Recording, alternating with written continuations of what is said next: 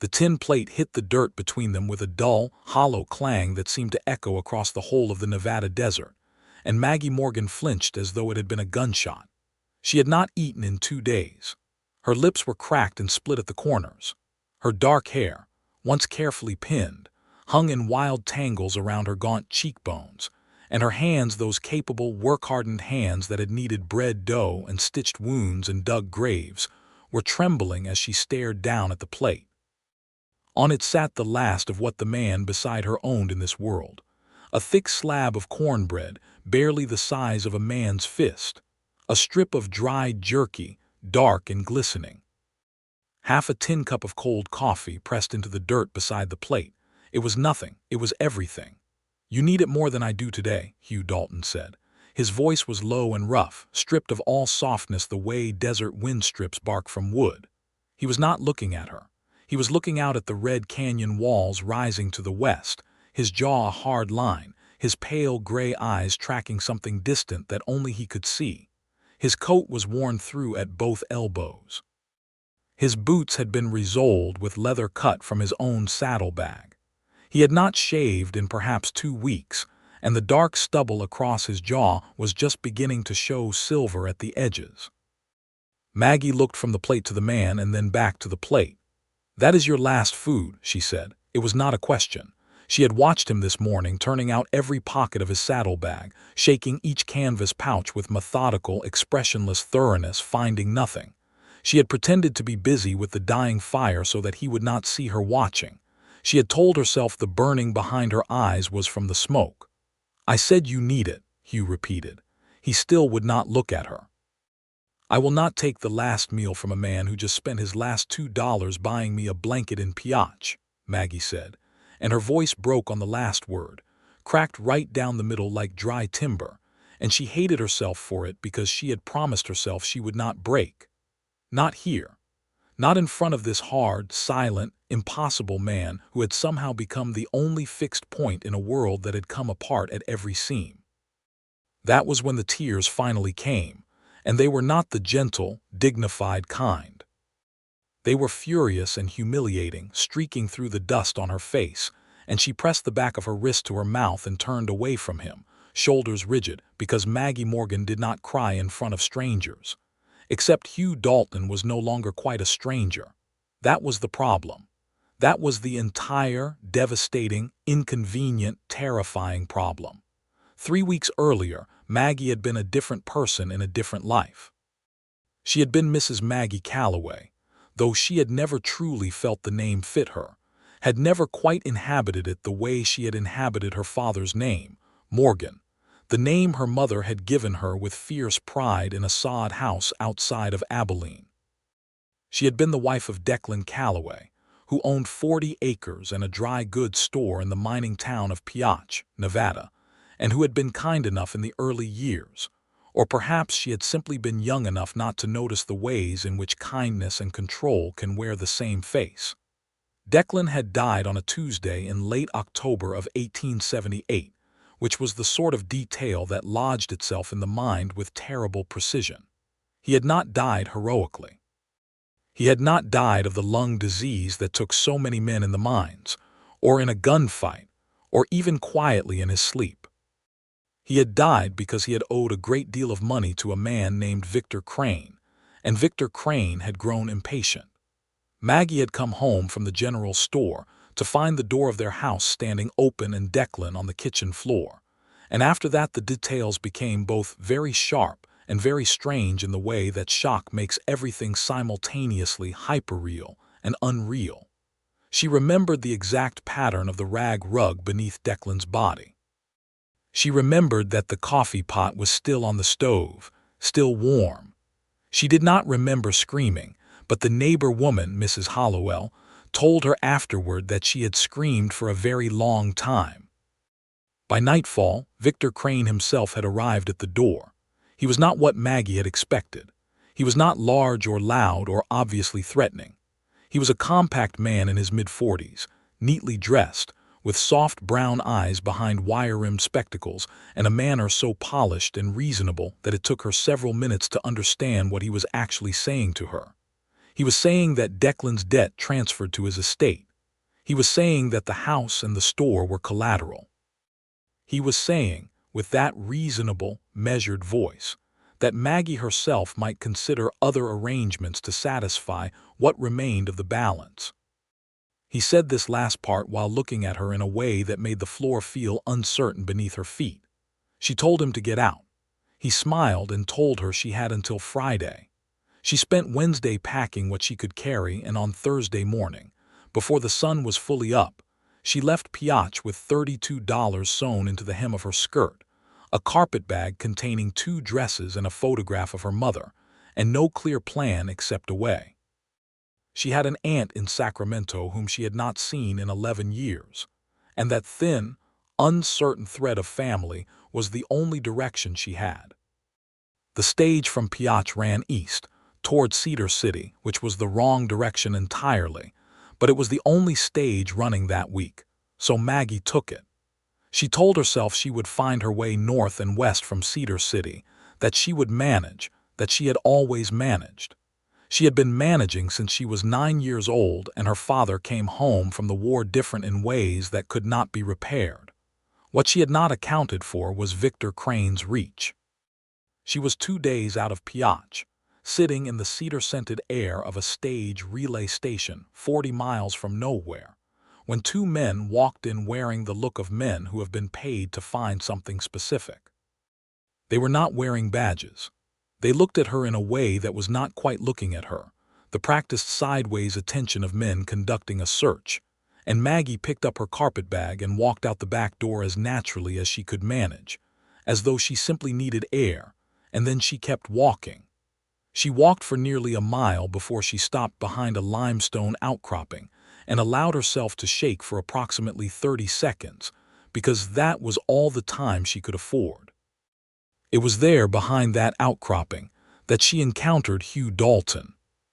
He was watering his horse at a narrow creek that ran behind the rocks, crouched on his heels, watching the water with the patient, empty attention of a man who spent most of his time alone. He had a rifle across his back and 2 Colt revolvers at his hips, and every line of him communicated with perfect clarity that he was not interested in company. He looked up at her without surprise. Men like Hugh Dalton, she would later understand, were never surprised. They had spent too many years expecting the worst from every direction to be caught off guard by anything. "You being followed," he said. It was also not a question. "Possibly," Maggie said, because she had been raised not to lie and also not to volunteer more than was necessary to strangers. 2 men in wool coats, one with a bay horse, one with a gray.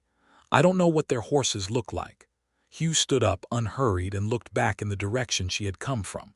"They're coming," he said. "I know. You want help or you want me to mind my business?"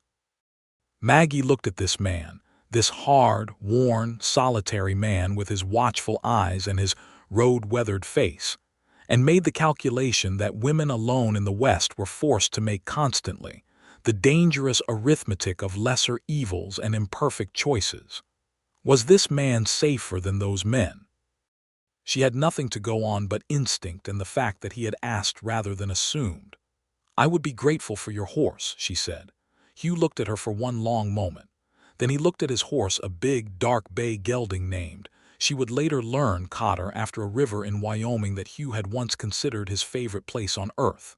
Then he looked back at her with those pale, unreadable eyes.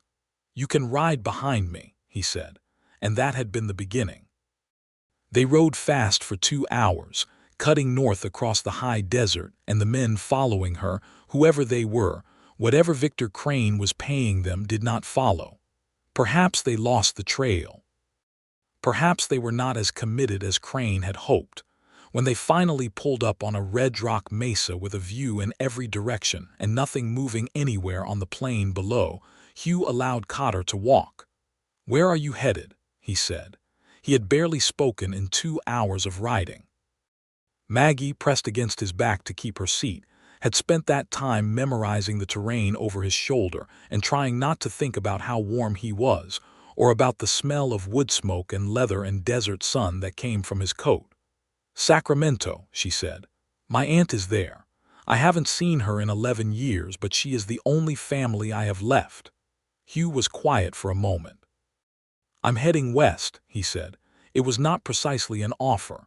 It was more of a statement of fact, offered into the air between them without expectation or obligation, and that was somehow what made Maggie trust it. A man who wanted something from her would have made it sound more generous. "I can compensate you for your trouble," she said. "No," he said, flatly and immediately, and said nothing else.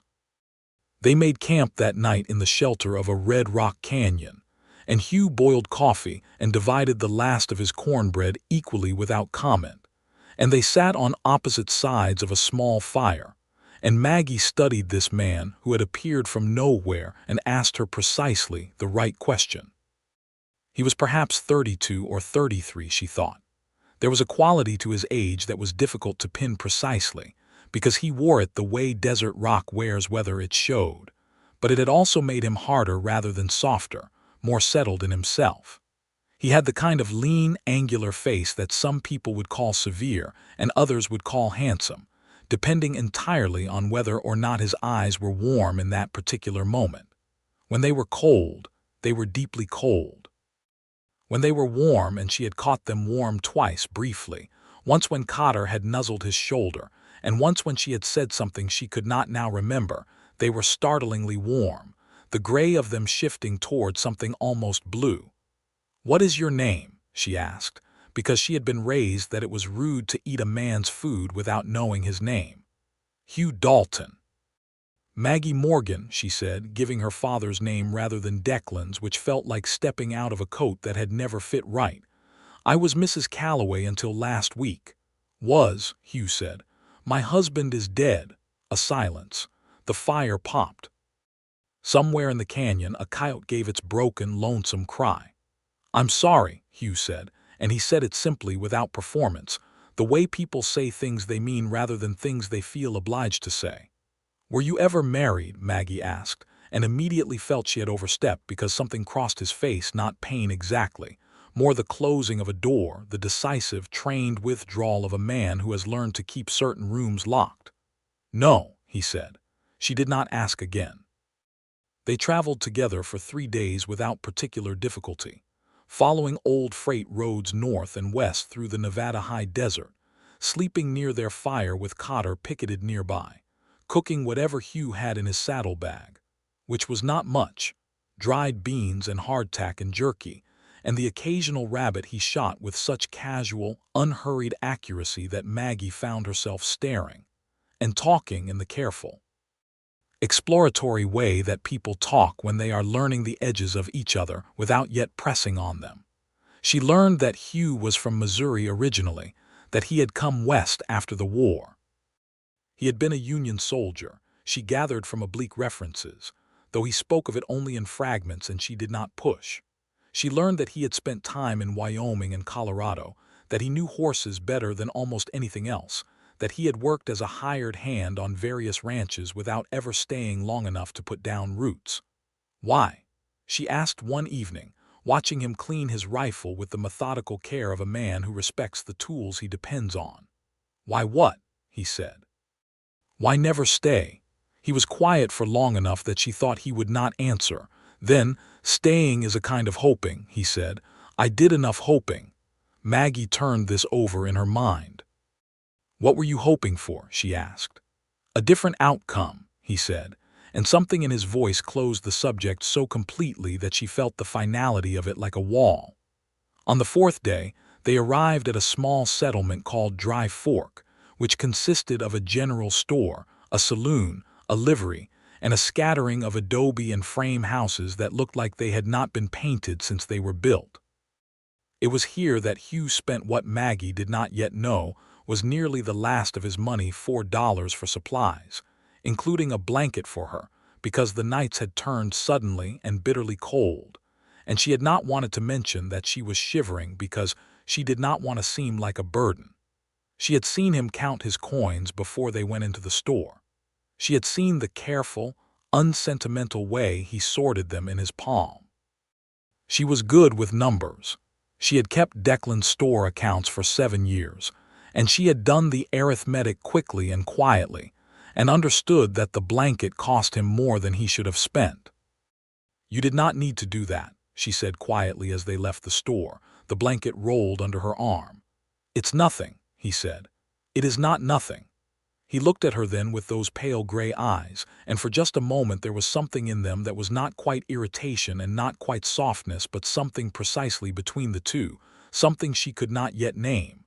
Then he looked away and held Cotter's bridle and said they should make camp before dark.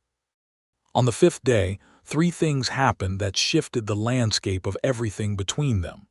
The first was that Maggie fell. They were crossing a dry wash that had been undercut by a flash flood at some point in the recent past, and the bank gave way without warning, and Maggie went down into the wash with a sharp cry. It was only a 6-foot drop, and she was not seriously hurt. Her pride took the worst of it, followed by her left knee, but Hugh was off Cotter and down into the wash beside her before she had fully registered what had happened, and the speed and the purposefulness of it surprised her. He crouched over her, his hands moving quickly and surely over her ankle and knee, checking for breaks with a competence that spoke of some medical experience or simply a lifetime of accidents. "Tell me what hurts," he said, his voice stripped of its usual distance, and for a moment he was looking directly at her, not past her or through her or at the horizon behind her, but at her, and she felt the full impact of those eyes from a distance of about 8 inches. "My knee," she said, "and my dignity." Something moved in his face. It took her a moment to identify it. He was almost smiling. "Knee's not broken," he said. He stood up and held out his hand, and she took it, and he pulled her upright in one smooth motion. And then for a moment they were standing very close together in the bottom of the wash, with the red earth walls around them and the blue sky above them, and neither of them moved. Then Hugh cleared his throat and stepped back and said they needed to find a better crossing. The second thing was the encounter at the trading post outside a settlement called Millhaven, which was barely a settlement at all, just a crossroads with a stone building and a flagpole with no flag. They stopped for water, and there were 4 other men there, rough-looking, the kind of men who accumulated at crossroads in the West the way debris accumulates at river bends. One of them spoke to Maggie in a way that was designed to humiliate. She handled it herself, with a sharpness that was entirely satisfying. She had 7 years of practice running a store counter, which required managing men who forgot themselves, and she had a tongue that could flay when she chose to use it. But Hugh moved beside her in a way that was not threatening and not performing, simply present, simply there, in a way that made the 4 men rethink their entertainment and find somewhere else to be. "I handled that," she said afterward. "I know," Hugh said. "You didn't need to step in." "I didn't step in," he said. "I stepped beside." She thought about that for a very long time. The third thing was the storm. It came off the mountains without much warning, the sky going from pale blue to the color of a bruise in the space of an hour, and the rain that followed was not the polite Nevada desert rain she had experienced before. It was an assault, cold and horizontal and relentless, and within 20 minutes there was no visibility beyond 20 yards, and the red clay ground was turning into something that wanted to pull boots off feet. They found shelter in a shallow cave halfway up a canyon wall, barely deep enough for 2 people and a horse, and they sat there for 6 hours while the storm did its worst work outside. Hugh built a small, careful fire from dry wood he found at the back of the cave, and they sat close to it by necessity rather than choice, and the warmth between them and the fire was a single, shared, imperative thing. They talked for hours. Not carefully this time. Not with the measured caution of new acquaintances, but with the loosening that comes from hours of proximity and cold and firelight. Maggie told him about her father, about growing up in Abilene, about the year the grasshoppers came and ate everything including the hope, about her mother's laugh which had been the most reliable sound of her childhood. She told him about Declan, honestly, that she had married him because she was 22 and afraid and he had seemed steady. And that steady had slowly become something else, not cruel but constrictive, a kind of slow erosion of the person she had been. Hugh listened the way very few people listened, with his whole attention, without preparing his response while she was still speaking. When she was done, the fire had burned down to orange coals and the rain outside had softened to a hiss. "What about you?" she said. He was quiet for a long time, long enough that she thought again he would not answer, would pull up that wall and leave her on the outside of it. But then he began to talk. His father had been a hard man. The war had taken 3 years and given back something that was not quite Hugh Dalton anymore, something that his father had tried to drink back to where it was before. His mother had left when Hugh was 15. A younger brother, Thomas, had died of typhoid in 1872 in a small town in Kansas, and Hugh had arrived 3 days too late. He had been trying to get somewhere fast enough ever since, he said, and almost immediately seemed to regret saying it, because he looked away into the middle distance with that careful blankness. "You couldn't have known," Maggie said. "No," he said. "And you have been moving ever since because standing still feels like arriving too late." He looked at her then, sharp and direct, and she held his gaze and did not look away, and the silence between them was no longer the silence of two strangers sharing a fire but something else entirely, something that had weight and temperature and meaning. "You're perceptive," he said. It came out almost like an accusation. "I spent 7 years keeping books," she said. "You get good at seeing what the numbers mean." The storm ended near midnight. They slept on opposite sides of the fire at a careful, deliberate distance, and in the morning they did not discuss any of it. But something had changed, the way landscape changes after rain, everything the same and everything different, the air scrubbed to a painful clarity. They pushed west. The terrain shifted as they climbed out of the basin and desert, the red rock giving way to sage and pinon, and the distant blue suggestion of the Sierra Nevada. The days were still warm, but the nights were sharp, and the blanket Hugh had bought for her in Dry Fork had become an essential fact of survival, and every time she wrapped it around her shoulders, she felt the weight of what it had cost him in a way she could not quite articulate. She had told him, by now, the full truth of Victor Crane. Not just the bare facts she had offered at the beginning, but the complete shape of it, Declan's debt, the nature of what Crane had implied, the men who had followed her from the relay station. Hugh had listened without interruption, and when she was done he had said only, "He won't find you on this road." She did not ask how he knew. She had begun to trust his assessments the way she trusted his shooting and his tracking and his ability to find water in country that looked like it had none. But here was the thing about trust. It did not stay contained once it began. It spread. It reached into places she had been keeping carefully sealed, places where she had stored up the longing for a particular kind of company, the kind that was not performance or obligation, but simply mutual recognition, the knowledge that another person sees you clearly and has not looked away. On the 8th day, Hugh taught her to shoot. She had asked straightforwardly, on the grounds that a woman alone in the West who could not shoot was a woman at a structural disadvantage, and Hugh had agreed with the same practical directness and taught her, standing behind her to correct her stance and the angle of her wrist, his hands briefly, deliberately on her shoulders and then gone. She was a quick study. She had always been a quick study, had the kind of focused attention that absorbs new information rapidly. And after an hour she was hitting a tin can at 30 paces more often than not, and Hugh said, "You have good instincts," in a tone that she recognized as what passed for high praise from him. She felt unreasonably pleased by this and concealed it.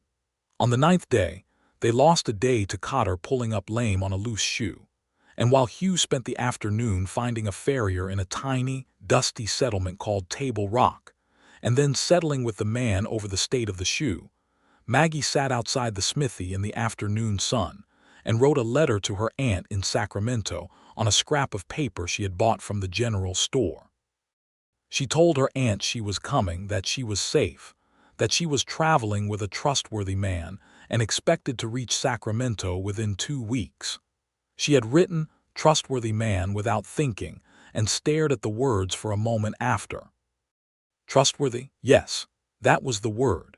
She was certain of it in the way she was certain of very few things. On the 10th day, she asked him something she had been thinking about for days. "What will you do in Sacramento?" He was riding beside her on Cotter. She had graduated from riding behind to riding a hired horse, a docile gray mare named something she could not pronounce in the language of her Paiute owner, whom she privately called Pearl, and he looked over at her with that unhurried, measuring look. "Hadn't thought that far," he said. "You said you were heading west." "I am, but no destination." "No, so you will just keep moving." "That's been the general plan." Maggie looked ahead at the sage-covered hills. "That sounds lonely," she said. A long pause. "It is," Hugh said, and seemed to surprise himself by saying it, because he looked away immediately and the line of his jaw went hard. She did not push, but she stored it away carefully, that small, unguarded admission, the way you store up dry wood against the coming cold. It was on the 11th day that she saw him afraid. Not afraid of danger. She had seen him face potential danger twice now with a calm that was almost eerie, but afraid in the way that people are afraid when something matters too much. They had come to a small river crossing, the water running high from the mountain snowmelt, and the horse Pearl had shied and stumbled on the loose rock of the ford. And for a moment Maggie had been in the water, the cold a shock that drove the breath from her, the current stronger than it looked. Hugh had been at her side in seconds, caught her chest-deep in the current, Hugh's hand on her arm hauling her up with a force that left a bruise she would discover the next morning. And when she was safe on the bank and sputtering, he held her by the shoulders and looked at her face with an expression that was not quite calm. It was the expression of a man who has had too much practice with arriving too late. "I'm fine," she said, reading him. "I know," he said, and his voice was not quite steady. He released her and turned away and spent 2 minutes apparently checking Cotter's legs for stones, and Maggie sat on the bank and began to understand something important. This man was not indifferent to her. He had not been indifferent to her for some time. He had been doing what she was doing, which was watching and cataloging, and trying to stay on the correct side of a line that both of them understood existed for good reasons. She was a widow of barely 3 weeks, with an uncertain future and a dangerous man somewhere behind her. He was a drifter with no plan and deep running wounds he had not finished paying down. Neither of them was in a condition for anything uncomplicated. And yet there was the way he said her name when he needed to get her attention. Not Mrs. Calloway, not ma'am, but Maggie, as though the name belonged to him somehow. And there was the way he divided everything exactly equally. Food, warmth, space, attention, with a fairness that was not politeness but something deeper. A fundamental respect for her as a person with needs equal to his own. And there was the way she had begun to sleep better, not less but better, deeper and more restorative, because somewhere in her body's unconscious accounting, the presence of this man had been registered as safe. She was 29 years old, and she had been managing alone in various configurations since she was very young, and she had not realized until now how exhausting that was, how much energy she spent every day on the basic task of not being undone. She did not know what to do with this information. She filed it and kept moving. On the 12th day, they camped at the edge of a broad valley, the air already tasting different, more green and wet. The Sierra Nevada close enough now to be a physical presence rather than a suggestion. They had bought additional supplies at a way station that afternoon, and Hugh had cooked, which she had come to realize was something he did with the same quiet competence he brought to everything, without flourish, without waste, getting the beans and the salt pork exactly right. After supper, sitting with the coffee that she had begun to drink the way he drank it, black and without ceremony, she said, "Tell me something about yourself that you have never told anyone." He looked at her with the expression he used when she surprised him, which was not surprise exactly but a sort of heightened attention, like a man stepping into unexpectedly deep water. "That's a large request," he said. "I know." He was quiet for a very long time. The fire moved between them, An owl called somewhere in the dark. "My brother Thomas," he said finally, "wrote me a letter the week before he died. I got it after." The letter said he had found a piece of land outside of Abilene that he thought could be worth something, said he was planning to buy it in the spring, said he wanted me to come partner with him. He stopped. The firelight was unsteady on his face. "I have kept that letter for 6 years. I still have it." Maggie understood immediately the full weight of this. The letter was not just grief. It was the blueprint of the life that had not happened, the settled life, the partnership, the belonging. It was proof that there had been a version of Hugh Dalton who was moving toward something rather than away from everything. "Can I ask something?" she said carefully. "You can ask. Do you think your brother would want you to still be moving?" The silence was very long, longer than usual. She waited. "No," Hugh said. "Thomas always had better judgment than me." Something in that admission, the small, rueful warmth of it, the quiet affection for a dead brother, cracked something open in her chest. "I think," she said carefully, "that sometimes we move because we are waiting for a reason to stop that feels worthy enough." Hugh looked at her across the fire. He looked at her for a long time. "Maybe," he said. It was the most he had offered. It was, for now, enough. On the 13th day, Victor Crane's men found them. It was mid-morning, and they were on a narrow track through a pine forest in the eastern foothills of the Sierra, and Maggie heard them before she saw them, horses on the track behind, moving with the purposeful speed of pursuit rather than travel. She looked at Hugh and found that he had already heard, was already angling Cotter off the track into the trees with that practiced, unhurried efficiency that she had come to recognize as his version of urgency. They moved deep enough into the trees to be invisible from the track and waited. There were 2 of them, the same 2 men she had seen at the relay station 3 weeks ago, or if not the same men, men of the same type, wearing the same quality of purpose. They were moving fast and scanning the road, and as they passed the trees where Maggie and Hugh waited motionless, one of them said something to the other that she could not hear, and they pushed on north without stopping. She and Hugh waited for 20 minutes after the sound of their horses faded. Then Hugh said, "They're guessing. They don't have the trail." "They are persistent," Maggie said, and she was surprised by how steady her voice was.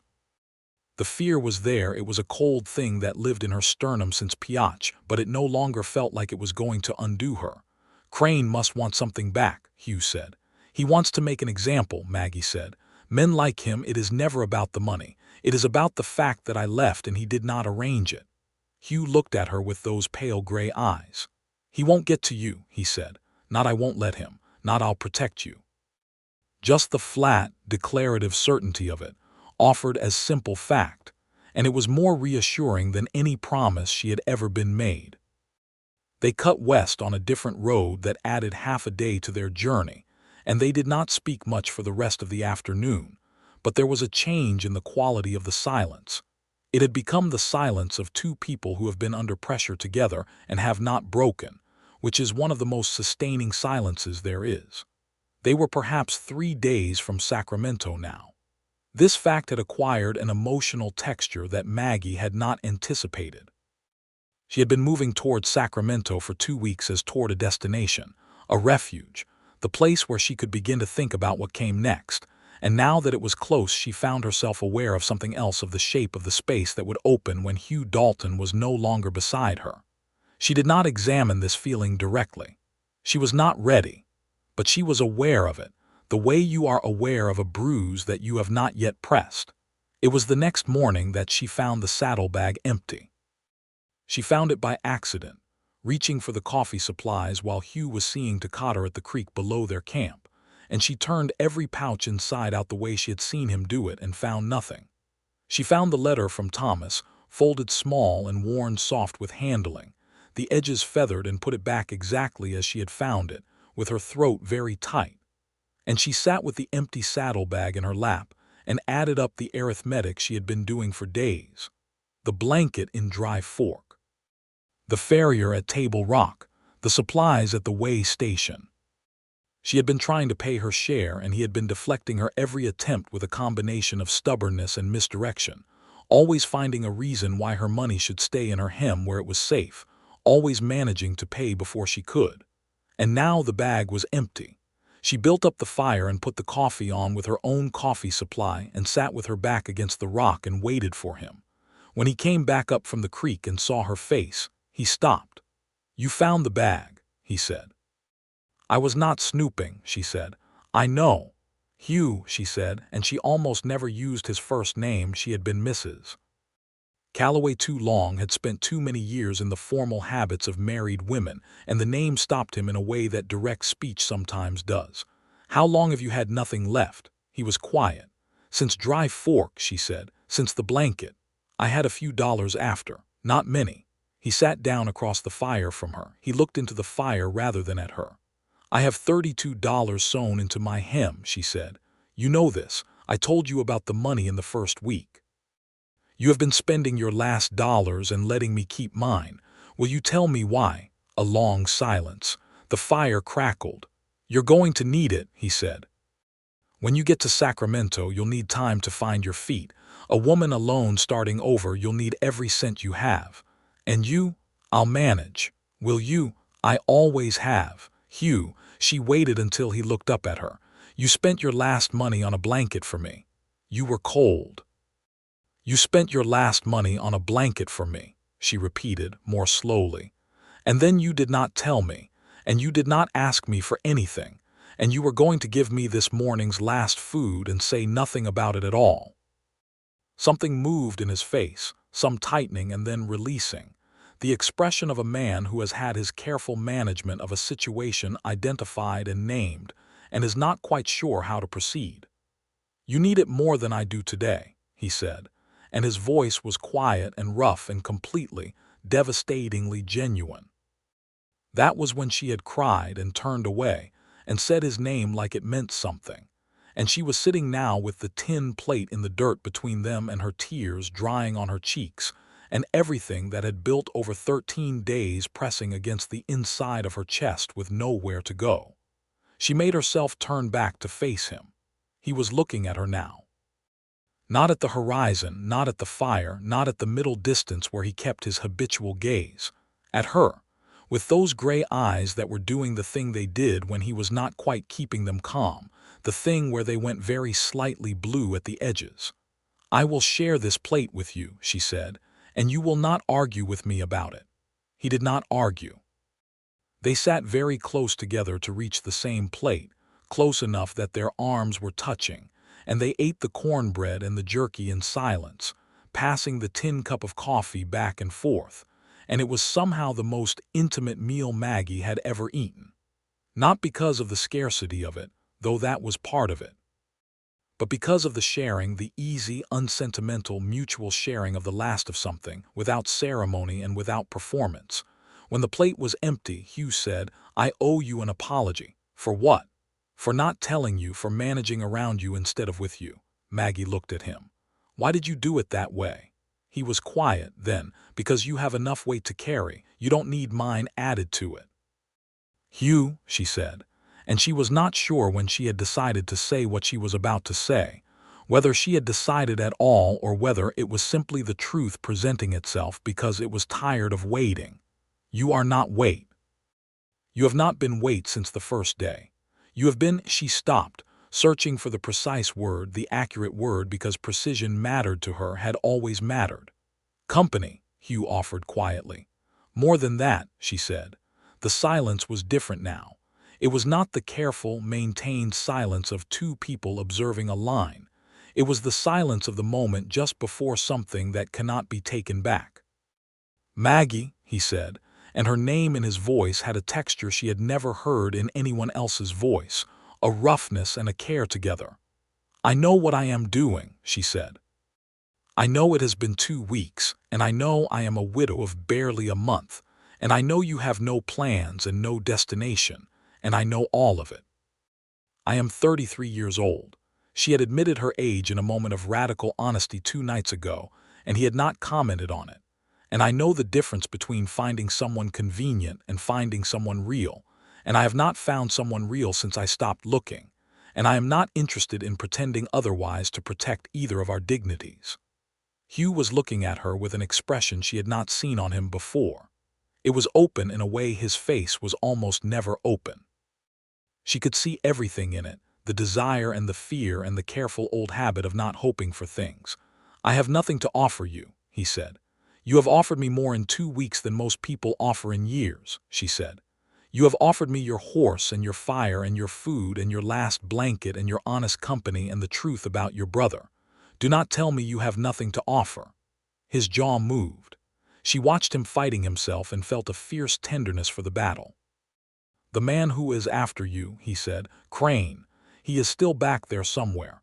Yes, that is not a safe situation to bring someone into. Neither is following a woman into a dry wash without hesitation," she said, "or stepping beside her when men forget themselves, or hauling her out of a river with your bare hands. You have been in my unsafe situation since the first day, Hugh. You chose it." He looked at her for a very long time. "I did," he said slowly. "I chose it." "Why?" she asked. The answer came slowly, carefully, as though he was taking it out of a place where it had been kept for a long time and checking it in the light. "Because you were standing behind that rock shaking for exactly as long as you needed to, and then you stopped," he said. "And you walked out and told me you needed a horse, and you said precisely what you needed and nothing more. And something in me—" He stopped. His voice was not quite steady. "Something in me recognized that. I don't know what else to call it." Maggie felt the thing in her chest become something warm and enormous. "That sounds like a reason to stay," she said. He looked at her, and the gray of his eyes was thoroughly blue now, and he reached across the space between them and touched her face, just his thumb against her cheekbone, catching the last trace of dried tears, and his hand was not quite steady either. "It might be," he said. "It might be the first real reason I've had in a long time." She leaned into his hand just slightly, just enough to tell him something, and he understood it the way he understood most things, immediately and without fuss, and he turned his palm against her cheek, and that was where they stayed for a long moment in the morning light, with the empty plate between them and the Sierra Nevada ahead of them and Sacramento 2 days away. They did not kiss that morning. It was not the moment for it. What it was the moment for was quieter and more foundational than that. The mutual acknowledgement of something that was already true, the decision to stop pretending it was not there, to stop managing around it and begin moving toward it instead. They packed up camp and rode west with a different quality between them, something that was not yet defined and did not need to be, something that breathed more easily than it had before. Hugh turned out to have, in the bottom of a saddlebag pocket he had forgotten, $2 silver and a small tin of hardtack. He reported this discovery with a straight face that was undermined entirely by something close to sheepishness. "Enough for coffee in the next town," Maggie said. "And hardtack," he said. "Oh, the luxury," she said, and he laughed, which she had heard him do approximately 3 times in 2 weeks, and which was, she had decided, one of the best sounds she had heard in years, low and real and surprised out of him. They were still laughing about the hardtack when the road curved, and the first real pine forest opened up around them, tall and dark and smelling of resin and cold water. And Maggie felt for the first time since Piach that the world was not closing in but opening up. They arrived in a town called Truckee on the second day, which sat in the mountains at elevation that made the air thin and bright, and it was here that they stopped for a real meal at a boarding house, Maggie's money, which Hugh accepted this time without argument, which was itself a kind of progress. They ate at a table with a cloth on it and food that had been cooked in an actual kitchen, and the boarding house woman, a stout, cheerful widow named Mrs. Lindqvist, looked at the two of them with the frank, experienced eye of a woman who had been running a house full of travelers for 20 years. "You two just married?" she asked, setting down a plate of biscuits. "No," Maggie said. "Mrs. Lindqvist looked at them both again. "You should be," she said, and went back to her kitchen, and Hugh looked at his coffee cup and Maggie looked at the window, and neither of them said anything, but they were both, she was fairly certain, not quite concealing smiles. That evening, sitting on the boarding house porch in the cold mountain dark with coffee and the last of Mrs. Lindqvist's biscuits, Hugh said, "I want to tell you something." "Tell me," she said. I went a piach 3 years ago, he said, briefly. I was working for a rancher in Utah running horses west. He paused.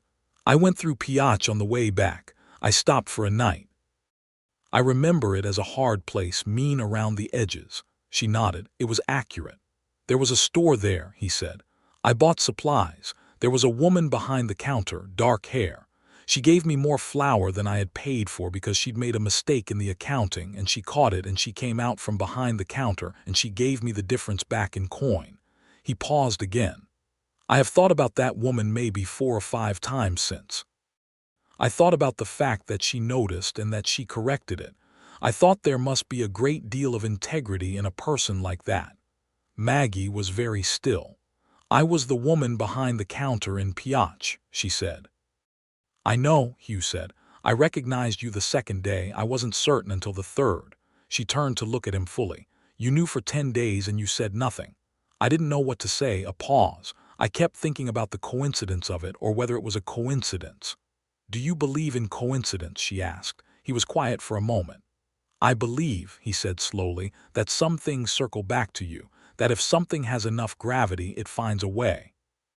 Maggie looked at this man, this hard, careful, grief-weathered, quietly extraordinary man, and felt something settle in her, deep and certain, like a stone dropping through water to find the bottom.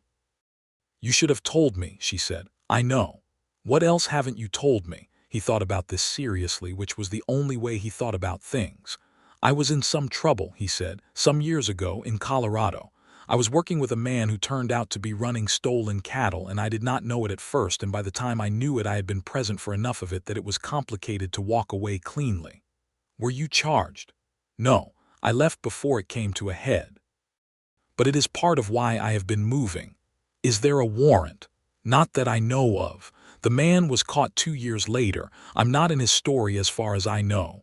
Maggie considered this. That is the kind of complication that could follow a man, she said. It could, he agreed. Is there more?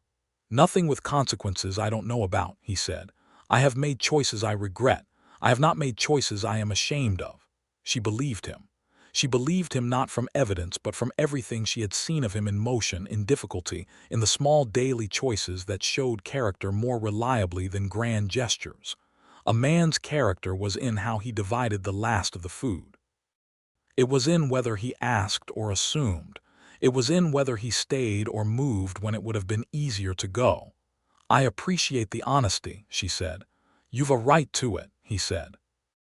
He stopped. Finish the sentence, she said. If we're going to be something, he said, you have a right to the honest account. She reached across the space between their chairs and laid her hand over his, which was resting on the arm of his chair, and his fingers turned upward and closed over hers without hesitation. We are going to be something, she said.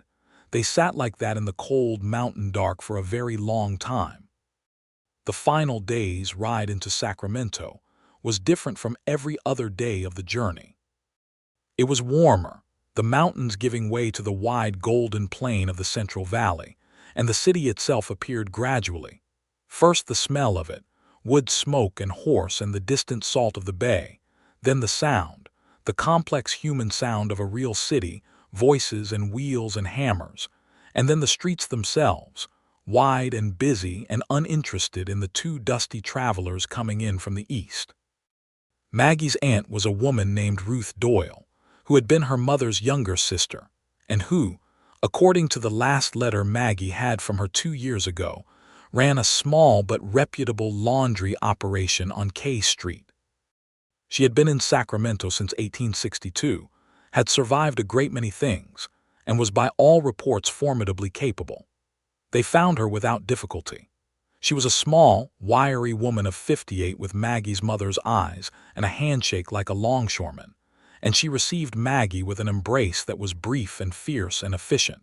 And then she looked at Hugh Dalton with the direct assessment of a woman who had been conducting her own business in a city full of men for 16 years. This is Hugh, Maggie said. Is he trouble? Ruth asked. Not to me, Maggie said. Ruth looked at Hugh a moment longer. He met her gaze without flinching. Can you work? Ruth said. Yes, ma'am, Hugh said. What can you do? Horses, carpentry, I can repair nearly anything. I can drive a wagon, I am accurate with a rifle if needed. Ruth appeared to weigh this inventory. I have a business acquaintance, she said, who runs a livery stable 2 streets over and has been looking for a reliable man for 6 months. The last 3 were not reliable. Are you reliable? I am, Hugh said. Maggie thinks so, Ruth said, which means more than most things. She turned back inside. Come in, both of you. I'll put coffee on. Victor Crane's reach did not extend to Sacramento, or if it did, it was thin and uncertain here in a city that had its own considerable legal infrastructure and its own considerable civic pride. Maggie wrote a letter to a lawyer in Piatch whom she had known slightly through the store, a man named Abernathy who had a reputation for honesty in a town that did not always reward it, and explained her situation. The reply that came back 6 weeks later informed her that Victor Crane had been arrested in November of 1878 on charges related to Declan's death and 3 other deaths, that the investigation had been triggered by a complaint from a miner named Cole who had lost a brother to Crane's methods, and that his operation was being dismantled. Abernathy informed her that she had no legal obligation to return to Piatch for any proceeding, that her status as a widow with clear property rights was established, and that she might wish to sell the house and store by proxy if she chose. She chose. The sale brought her enough to feel steady. Hugh was hired at the livery stable within a week. He was good at the work in the way that people are good at work that suits their nature. Horses responded to him, and the business of the stable had a satisfying rhythm to it, the same daily tasks performed with the same daily care, and this turned out to be exactly what he had been unable to acknowledge he needed.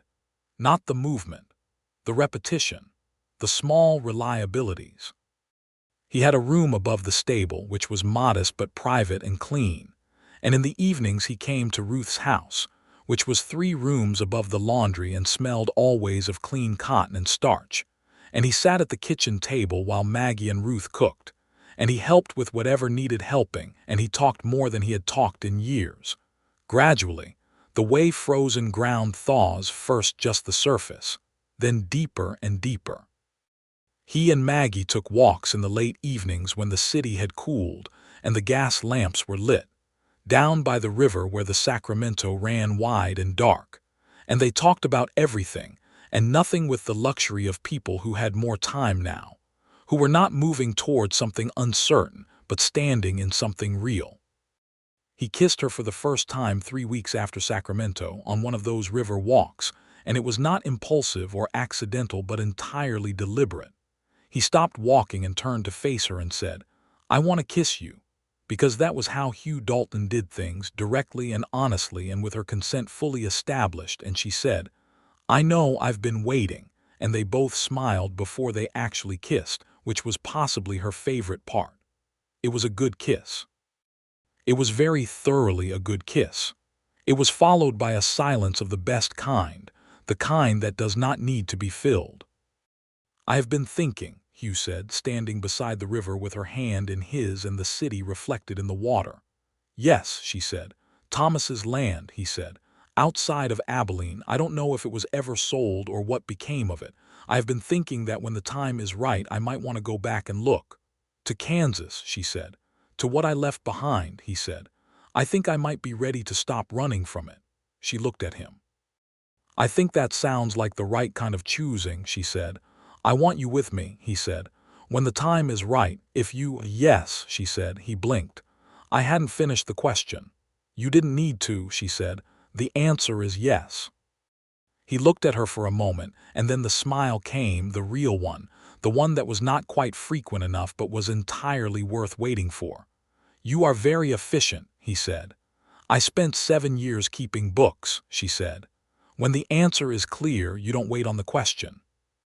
They were married in Sacramento in March of 1879, in a small ceremony at a Methodist church on J Street that Ruth organized with her characteristic efficiency, and that turned out to be considerably more lovely than small ceremonies in the back of a church on a Tuesday afternoon had any right to be.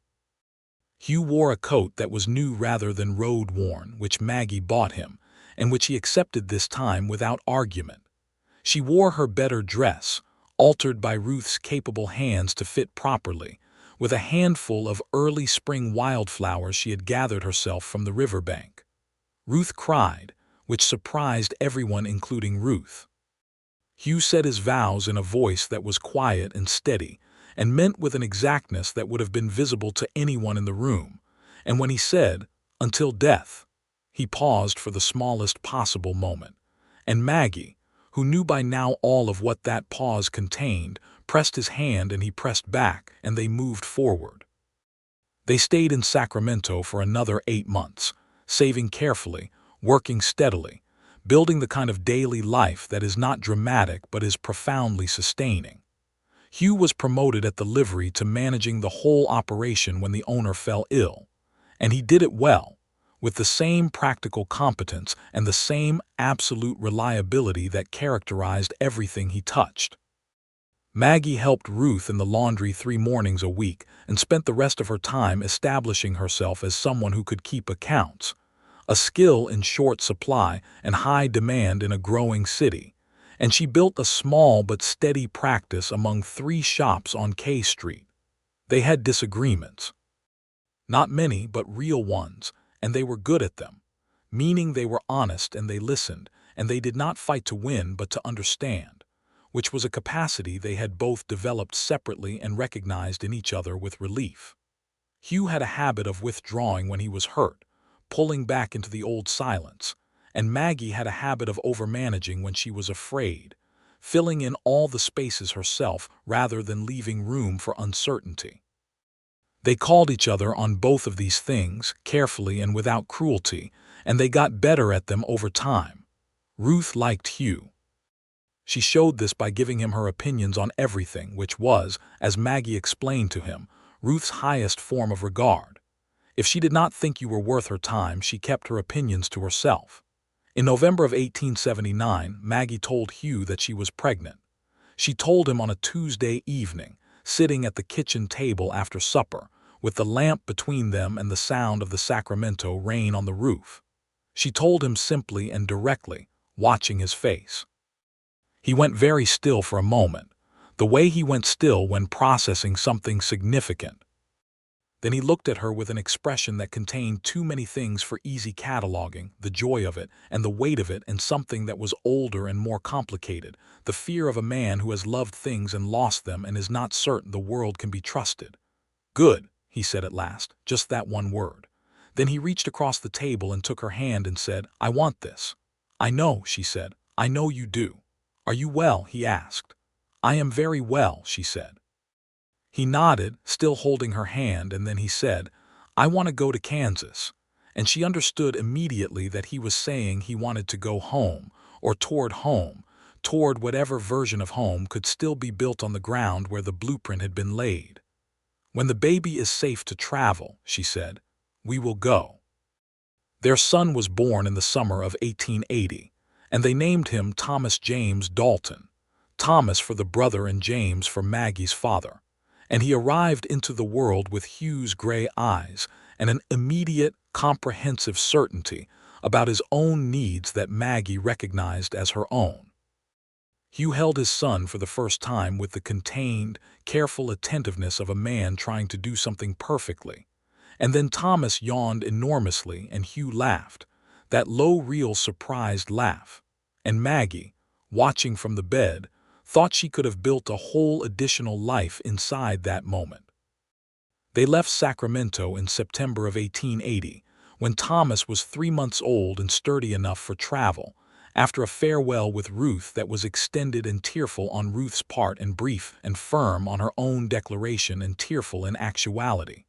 Ruth pressed an envelope into Maggie's hands at the last moment. "That is for the land," Ruth said.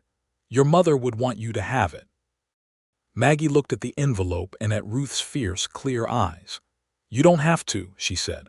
"I know I don't," Ruth said. "That is precisely why I am." They traveled east, across the mountains and the desert, on a proper stage line now with actual seats and actual stops, with Thomas bundled between them and Cotter trailing behind the stage on a lead line because Hugh had refused to sell him and Maggie had not argued.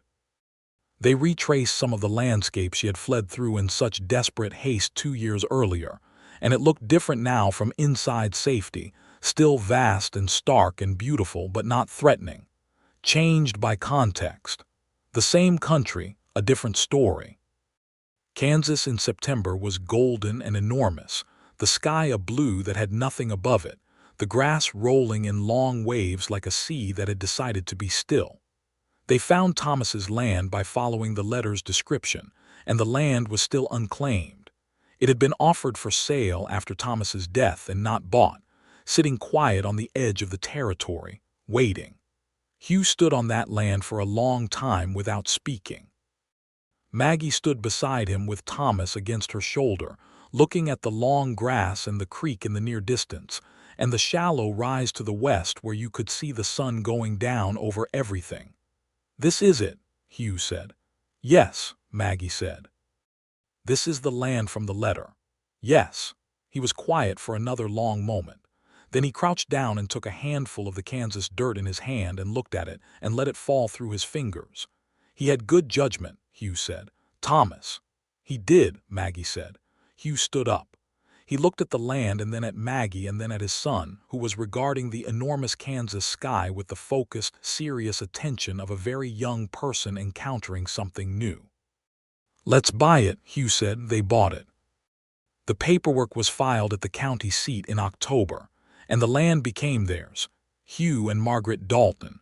160 acres of Kansas grassland with a creek running through the eastern third and a rise to the west in soil that was, a neighbor told them, as good as soil got on the plains. They built the house that winter, with help from 2 neighboring families who were the particular kind of neighbors that the frontier produces, not close, not intrusive, but absolutely present when presence mattered. The house was not large, but it was solid, timber-framed and chinked tight against the wind, with a kitchen that was big enough for the cooking Maggie intended to do, and a window over the sink that faced east so that she had the morning light. Hugh built a barn in the spring and bought horses, not Cotter, who had earned his retirement in the paddock, and the work of farming began in earnest, which was hard and physical and satisfying in the particular way of work that has direct consequence and immediate result. Thomas learned to walk in that house, on the wide plank floors, taking his first steps from the kitchen table toward the open back door, heading with characteristic Dalton purposefulness directly outside and into the yard, which he fell into face first. He got up and did it again. "He is exactly like you," Maggie told Hugh. "He is exactly like you," Hugh said, "going somewhere and not stopping. I like to think we are both like that." "I like to think so too," he said, and he was looking at her with the steady, warm certainty that had become the central fact of her daily life, the thing she oriented by the way you orient by the sun, not the burning intensity of new fire but the deep, reliable heat of something that had been burning long enough to be trusted. In the spring of 1882, their daughter arrived, Clara Ruth Dalton, named for no one in particular and for Ruth, who when informed of the middle name wrote back a letter that was characteristically brief and contained the words, "entirely unnecessary and deeply appreciated." Clara had Maggie's dark hair and Hugh's gray eyes, and a temperament that combined both of theirs in a way that was remarkable and occasionally challenging, being simultaneously direct, stubborn, perceptive, and constitutionally unable to leave a thing alone once she had decided it needed her attention. The land did well. They were not wealthy, but they were solvent, and more than solvent.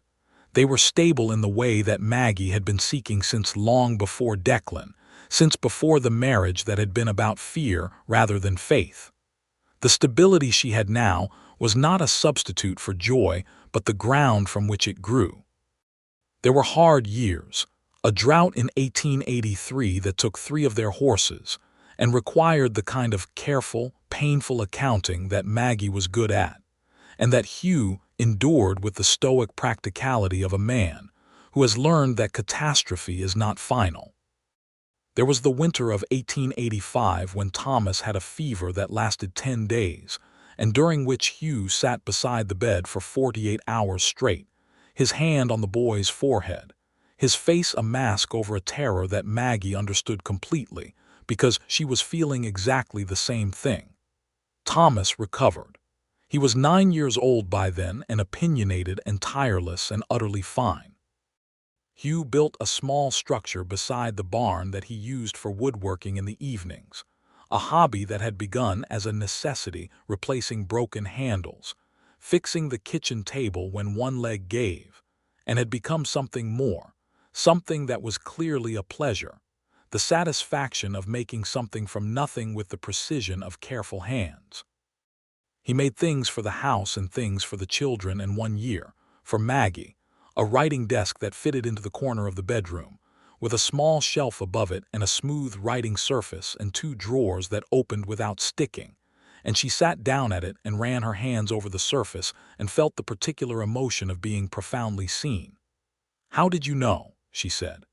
"You are always writing at the kitchen table and then moving everything when supper needs to happen," he said. "You needed a place of your own."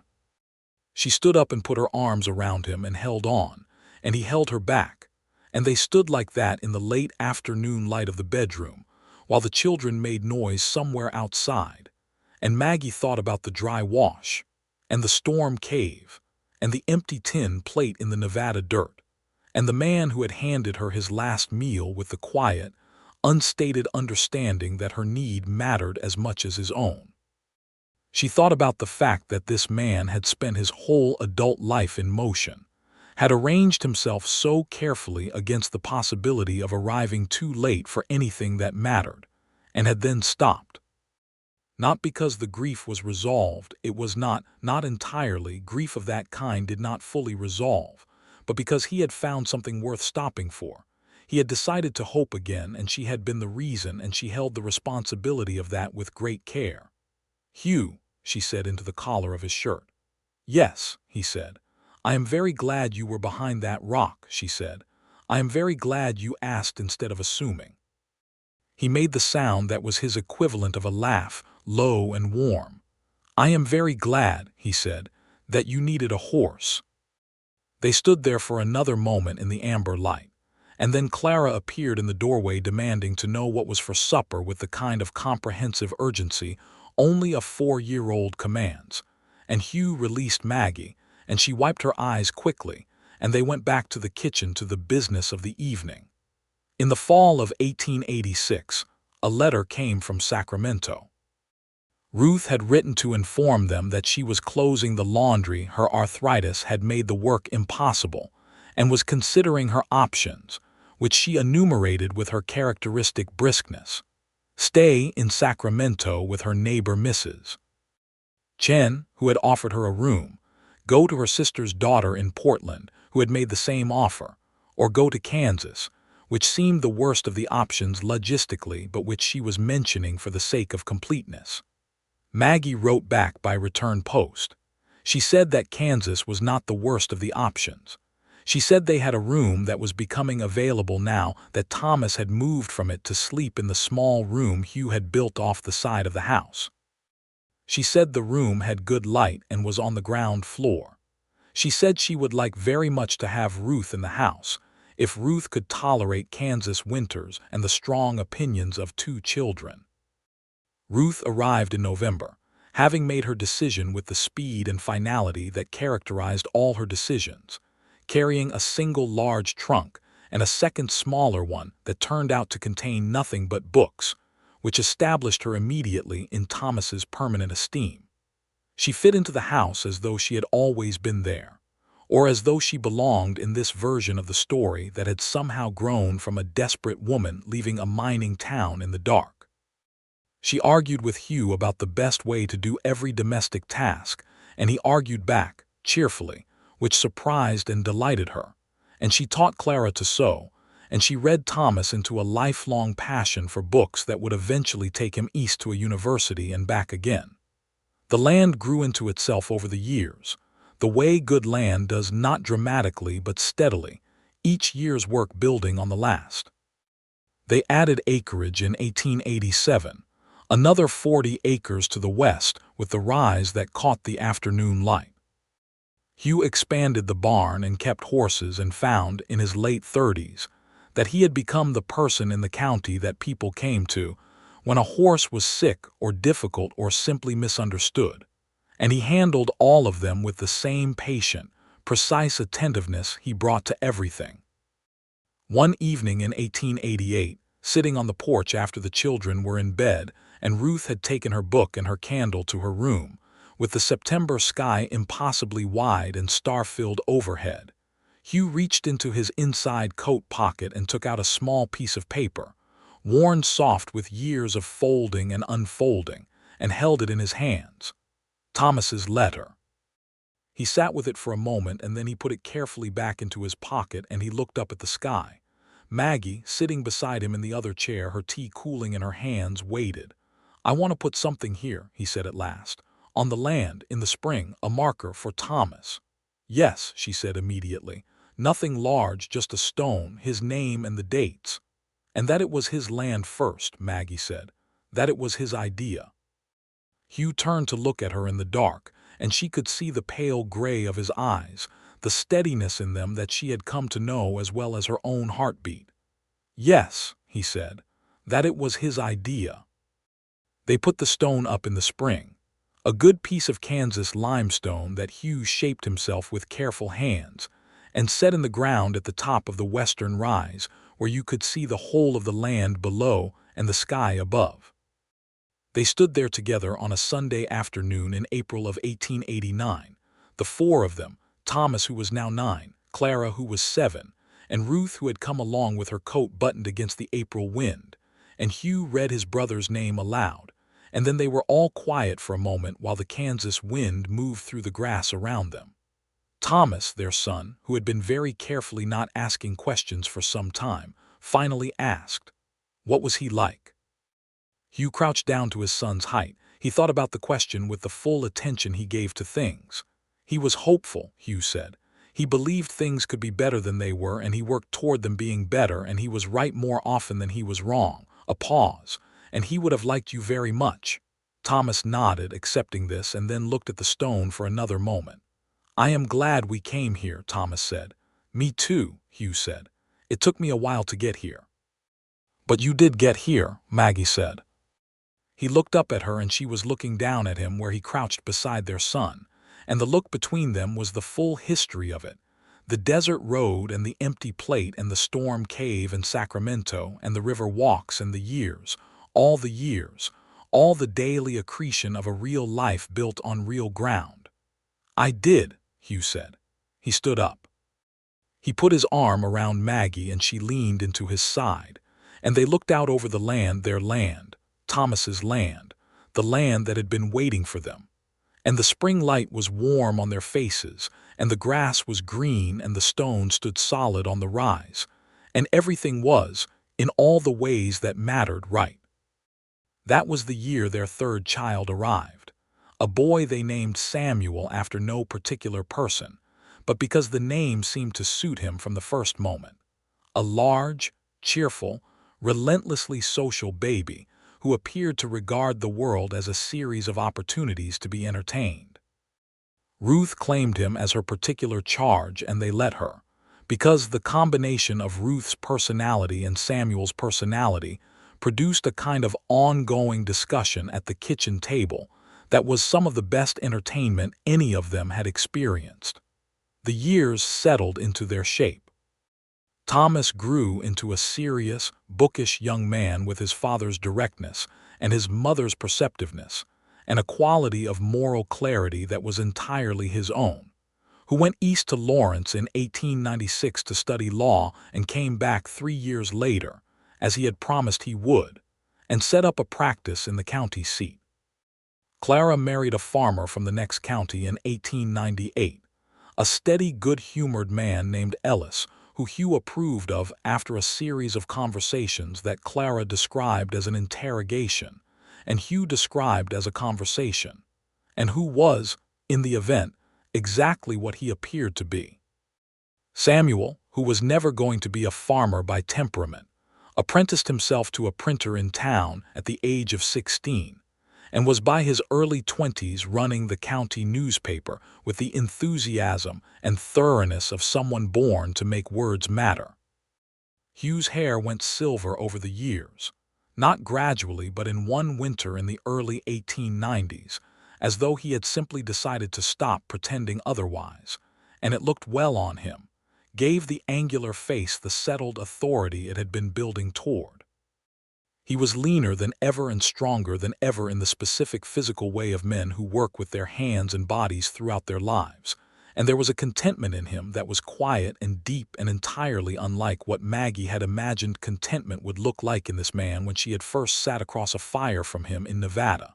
She had imagined it would look like relief, like a man putting down a weight and straightening up. What it actually looked like was fuller, more inhabited. As though the Hugh Dalton who had been moving through the West for all those years had been like a house with most of its rooms empty, and now every room had someone in it. He never became a man who talked easily or often, but the silence in him changed its quality entirely. It stopped being the silence of withdrawal and became the silence of a man who is sufficiently at home in himself to not need to fill the air. He was funny, in the dry, understated way that she had suspected from the beginning but which had taken years to fully unfold.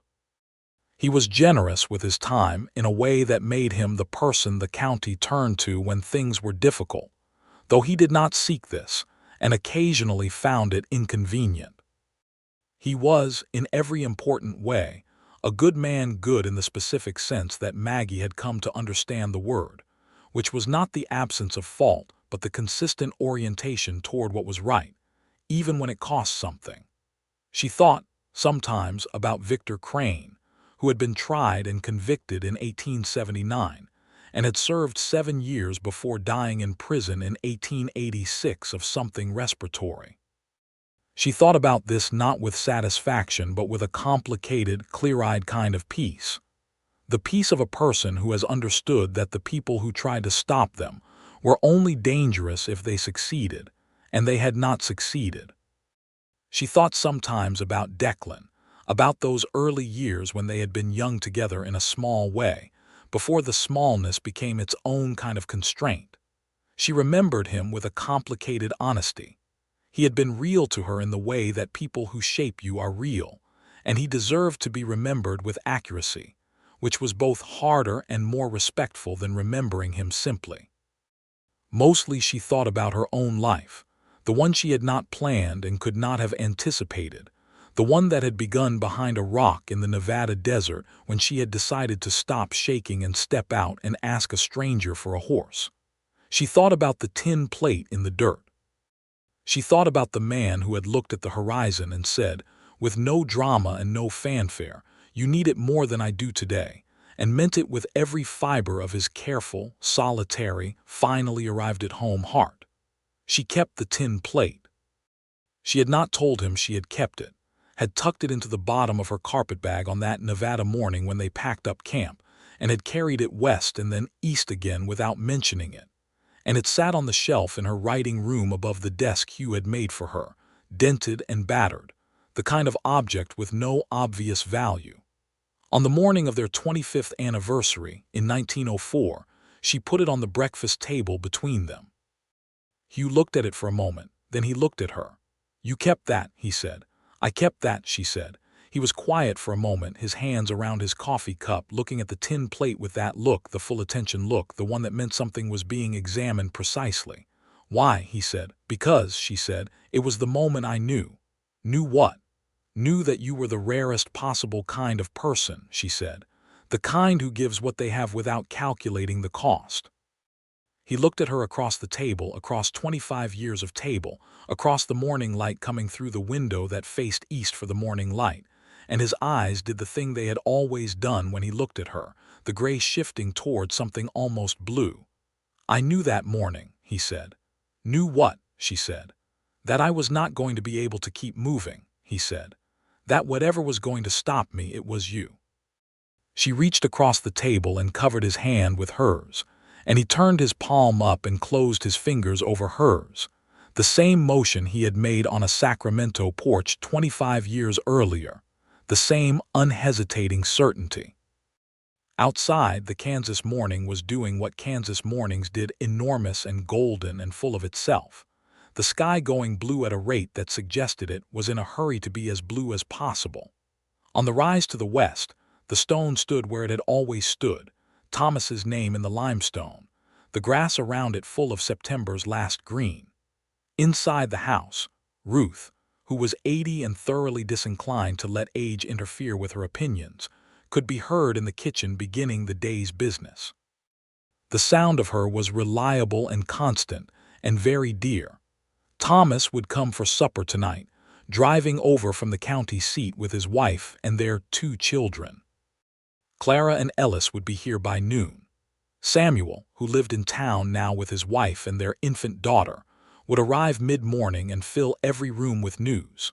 The house that had been built against a Kansas winter and expanded carefully over the years, room by room as the family grew, would be full today of exactly the people and the noise and the life that a man named Hugh Dalton had stopped running long enough to let himself want.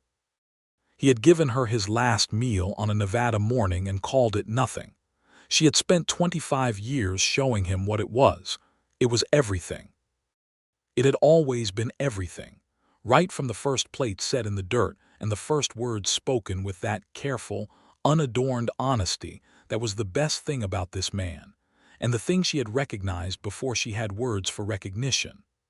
The knowledge that here was a person who gave what he had without asking what remained for himself, who divided the world equally and asked before assuming and stepped beside rather than in front, who had learned sorrow deep enough to know the value of what was not sorrow, who had finally, at last, stopped moving and come home. The tin plate stayed on the shelf in the writing room for the rest of their lives.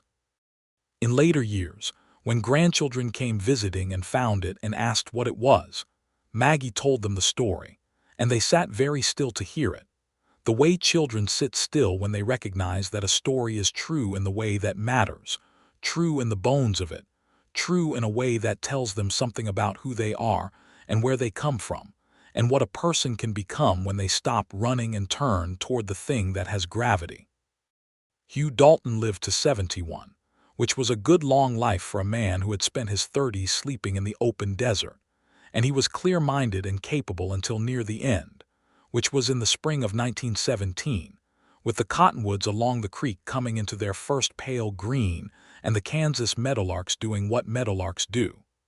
He died as he had lived the last 38 years of his life without fuss, with his affairs in order at home.